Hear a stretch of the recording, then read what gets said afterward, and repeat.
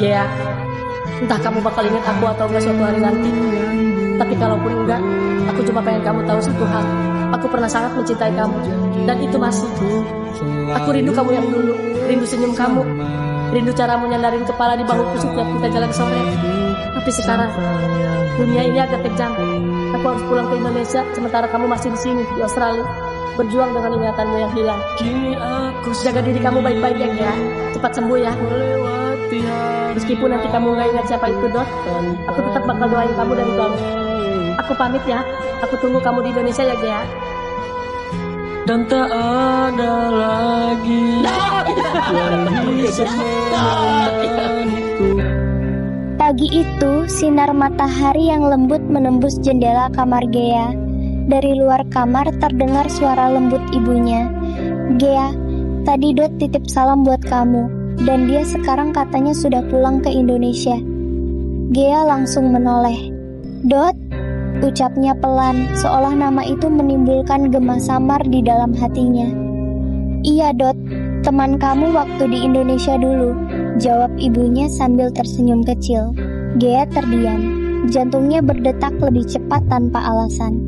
Wajah itu sebenarnya terasa akrab di pikirannya, tetapi Gea tidak berani berkata jujur kepada ibunya. Entah kenapa, mendengar kabar bahwa pria itu sudah pulang membuat dadanya terasa sesak.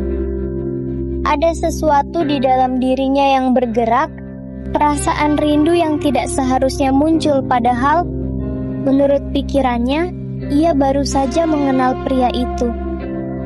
Namun wajah itu terus muncul di pikirannya, samar tapi nyata, mata teduh yang menatapnya penuh harap. Senyum yang ia rasakan begitu familiar, seolah pernah menjadi bagian dari hidupnya dulu, di masa yang kini hanya tinggal serpihan kabur. Ibunya memperhatikan Gea dari jauh, lalu berbisik dalam hati, kalau memang takdir, mungkin waktu yang akan mengembalikan hubungan cinta kalian berdua, nak.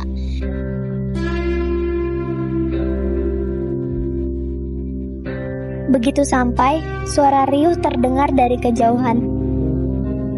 Woi, si Dot balik bro, teriak Robi.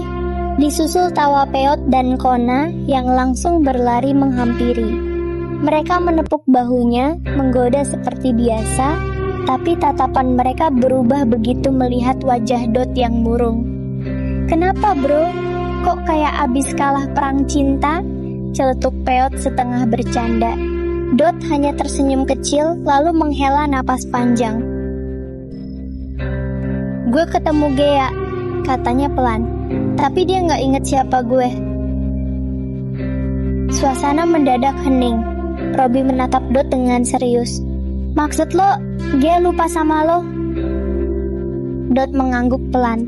Iya, dia kena gangguan memori. Semua tentang masa lalu, termasuk gue, hilang.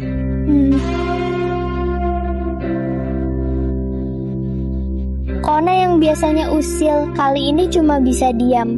Berarti perjuangan lo kesana sia-sia dong, Dot. Dot menggeleng. Enggak. Setidaknya gue tahu dia masih hidup, masih bisa tersenyum, walau bukan buat gue. Sesaat kemudian nada suara Dot berubah. Tapi ada kabar baik bro. Ibunya bilang Gea bakal pulang ke Indonesia dalam waktu dekat. Keesok harinya, Dot memberanikan diri menelpon ibunya Gea. Halo tante, suaranya bergetar. Oh Dot, kamu gimana nak? Suara lembut ibu Gea terdengar di seberang. Baik tante, cuma saya nggak tenang. Apa Gea baik-baik aja? Saya nggak bisa berhenti mikirin dia. Ibu Gea terdiam sejenak. Ia tahu di balik suara Dot yang tenang ada luka yang dalam. Dot pun sebelumnya sudah bicara dengan seorang konsultan di Indonesia, kenalan ibunya itu.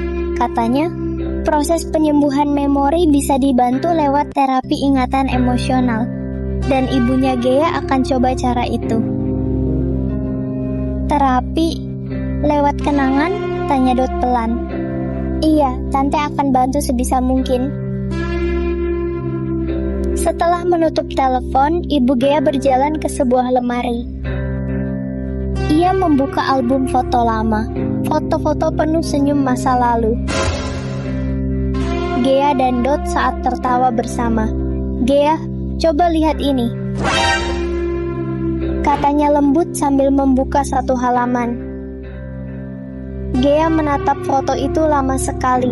Jari-jarinya menyentuh gambar pria di sampingnya.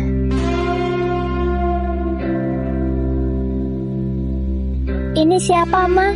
Tanya Gea pelan. Ibu Gea tersenyum sendu. Itu Dot, Gea, teman kamu dulu. Kalian dulu sangat dekat. Gea menunduk. Ada getaran aneh di dadanya. Dot yang datang kemarin, gumamnya. Bayangan samar mulai muncul di pikirannya. Tapi setiap kali ia mencoba mengingat lebih jelas, kepalanya terasa berat, seperti ada kabut tebal yang menutupi semuanya. Kenapa di foto ini aku pernah punya kenangan seperti ini? Pikirnya dalam hati.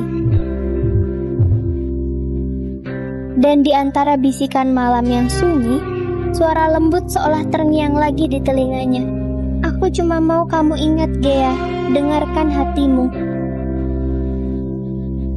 Dan yang pasti, mungkin ini belum akhir dari kisah mereka berdua. Mungkin ini justru awal dari perjalanan baru yang lebih berarti. Dan buat kita semua yang sedang berjuang dalam diam, yang menunggu tanpa kepastian, ingatlah satu hal. Jika sesuatu memang untukmu, maka seberapa jauh pun, seberapa lama pun, ia akan menemukan jalannya untuk kembali.